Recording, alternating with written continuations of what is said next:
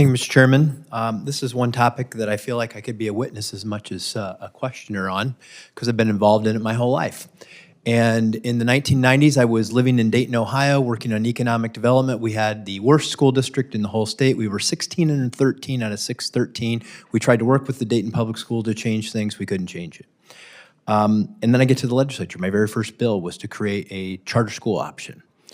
And then when I was Speaker of the House, we created the Ed Choice Scholarship, which started out focused on 4,000 students who were in the worst of the worst schools, and now we have 160,000 students in Ohio using their school choice option through the Ed Choice Scholarship. And I share these stories because many, many years later, now that people outside of the traditional system have had a chance to create amazing school opportunities, we have schools like the Dayton Early College Academy, which is an amazing school that serves students from the city of Dayton. Many, many, many of them are now on tracks to go to college and do other things. It's a great success story. And then we have the Greater Dayton School, which was just founded. An amazing facility doing a wonderful job of educating students. And you know what the interesting thing about both of these schools are? There's huge waiting lists. There's waiting lists. If you give people the choice and you create an amazing opportunity for them, guess what happens? Parents decide that they want their kids to go to these great schools. It's not just in Dayton. And I visited recently the St. Mary's School in one of the lower income areas of Columbus. It serves children from, I think, 30 different zip codes, all of them low income.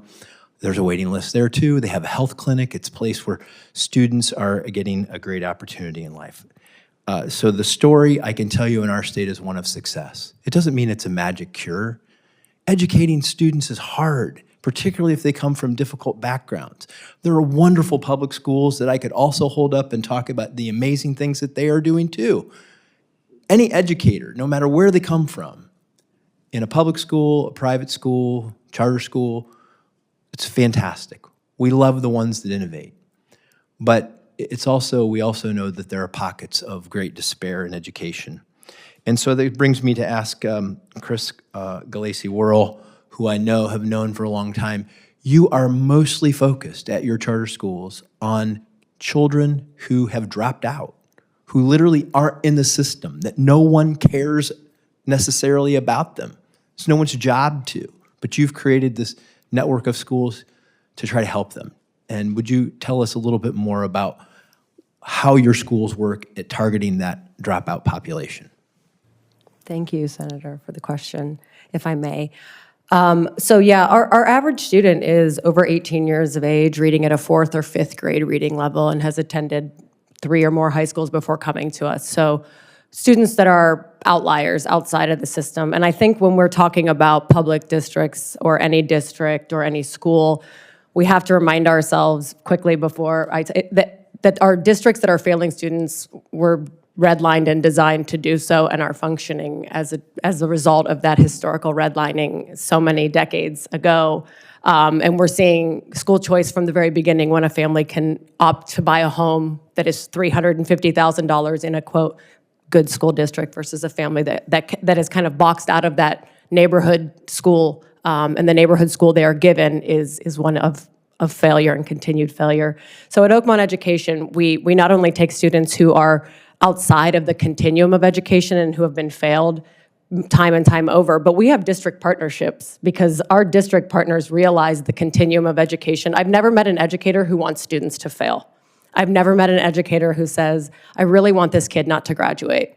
But we are humans and our systems are taxed to a place where not every student can get what they need in the system they're in. So our school exists to make sure that there is a place where we meet students where they are. You are 21 years old or you're 20 years old and you have 4 credits, you're not gonna go sit in a freshman classroom with other young people that are 14 and 15 years old. We're gonna meet you where you are. You know, a third of our students are parents themselves. They have jobs. They have critical decisions to make. So we make a place that is fully available to them from start to finish, wrap around, therapists in each of our building, available people to navigate what's next for them in life. We start with that end in mind, and no two kids at Oakmont are the same. So I know I'm running out of time here, so I just wanted to say this.